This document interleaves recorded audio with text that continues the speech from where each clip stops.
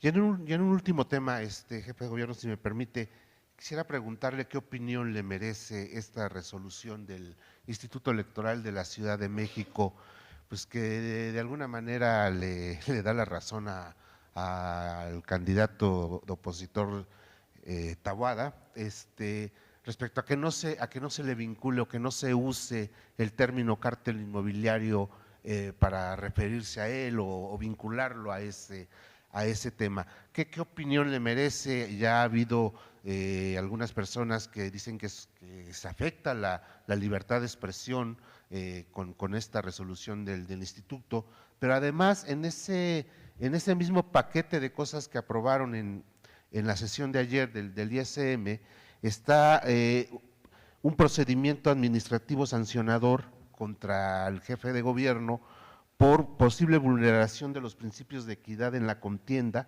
así como presunto uso de recursos públicos en contra del jefe de gobierno y también del secretario de Desarrollo Económico, Fadlala Cabani. ¿Qué opinión le merece todo esto? Bueno, eso muestra que el Instituto Electoral de la Ciudad de México en realidad no es autónomo, no es independiente, no es imparcial, no es ninguna sorpresa.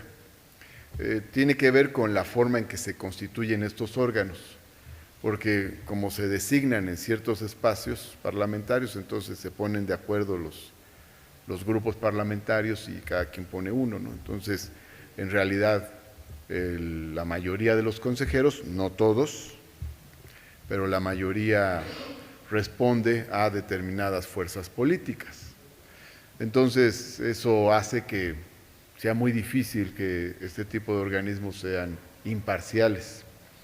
Ahora, en cuanto a las resoluciones que comentas, bueno, implican un retroceso como de 40 años aproximadamente, ¿no? Más o menos. O sea, regresamos a la época de la censura. Entonces, no les gusta una opinión, que no se exprese, que se censure. Aquí me acordé mucho de cuando hace unos 30 y tantos años se quiso censurar la película Rojo Amanecer. Y bueno, pues no se pudo, porque además tecnológicamente ya no era posible y la película empezó a circular a través de cassettes de los VHS o beta que ya había en aquel entonces. Entonces ya censurarla fue muy difícil, ¿no?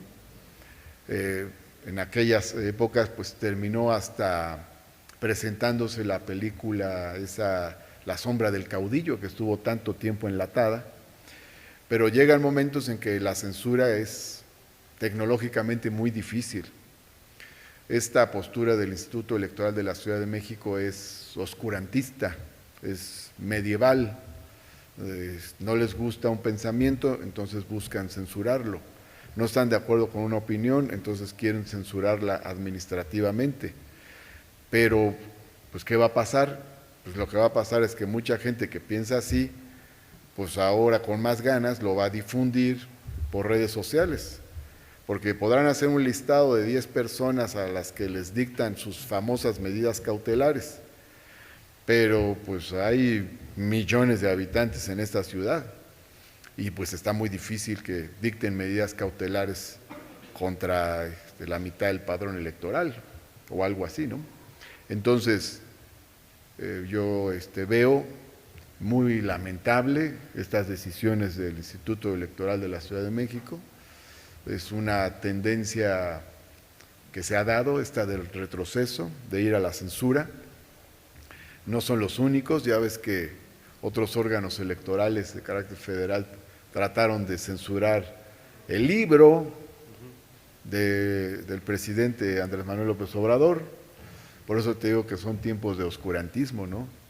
¿Qué sigue? ¿Qué van a hacer, no? ¿Cerrar periódicos? ¿O quemar libros en la hoguera? Es decir, por un lado me parece un retroceso muy lamentable a los tiempos de la censura y el oscurantismo, y por otro lado me parece muy difícil que con esas medidas puedan evitar que florezca el pensamiento crítico. Es un hecho que hay un problema de corrupción inmobiliaria en Benito Juárez, que ya está siendo investigado, que por este motivo hay 4 personas sentenciadas, hay 4 más detenidas, ya hay 9 personas, no, 4 prófugos, perdón, ya hay 9 personas detenidas. ¿Qué va a hacer el gobierno de la ciudad? Por lo menos, digo, igual queda solamente un mes de campaña, ¿no? Pero ¿va a seguir informando sobre cómo van avanzando estas investigaciones o de plano tendrá que quedarse callado el gobierno de la ciudad o la fiscalía, en su caso, en torno a qué va pasando con este tema de la corrupción inmobiliaria, cártel inmobiliario? ¿Van a dejar de mencionarlo? ¿Cuál va a ser la actitud que va a tomar el gobierno en torno a este Pues tema? mira, llámese como se llame, es un tema que es real y ahí está. Y no solo es real, sino el Congreso acaba de debatir el tema y realizó reformas legislativas al respecto. Se acaba de reformar el Código Penal para incorporar un nuevo delito, el delito de corrupción inmobiliaria. Entonces, con eso se modifica el catálogo de delitos establecidos en el Código Penal. Y esa reforma obedece a situaciones reales, si no se hubiera dado. Cambian las realidades y eso implica que frente a conductas que se desarrollan se establezcan nuevos tipos penales. Entonces estableció este nuevo tipo penal precisamente por esa situación. Y la Fiscalía, por ejemplo, pues tendrá que seguir haciendo sus investigaciones. Y las investigaciones que tienen, pues tienen tiempos legales, no se pueden retrasar o acelerar por otro tipo de procesos. Y por otro lado, la ciudadanía que tenga algo que denunciar, pues tiene plena libertad para presentar denuncias ante la Fiscalía. Entonces, todo este tratamiento del tema, pues va a seguir, no se puede impedir por una resolución administrativa de ningún órgano, ni modo que salga el Instituto Electoral de la Ciudad de México a decir, ya no investiguen la corrupción inmobiliaria. Digo, en una de esas, ¿verdad? Pero de todas maneras la Fiscalía tendrá que hacer su trabajo, lo va a seguir haciendo seguramente. Y esto está en varios terrenos, porque hay una parte que aborda la Fiscalía, pero hay otra parte que está ya con los jueces. Y es importante también señalarlo, no solo es la Fiscalía, también el propio Poder Judicial local interviene en todos estos procesos. Y como bien decías, hay 4 sentenciados. Y esos sentenciados no solo están sentenciados condenatoriamente, sino que en los procesos correspondientes admitieron su responsabilidad.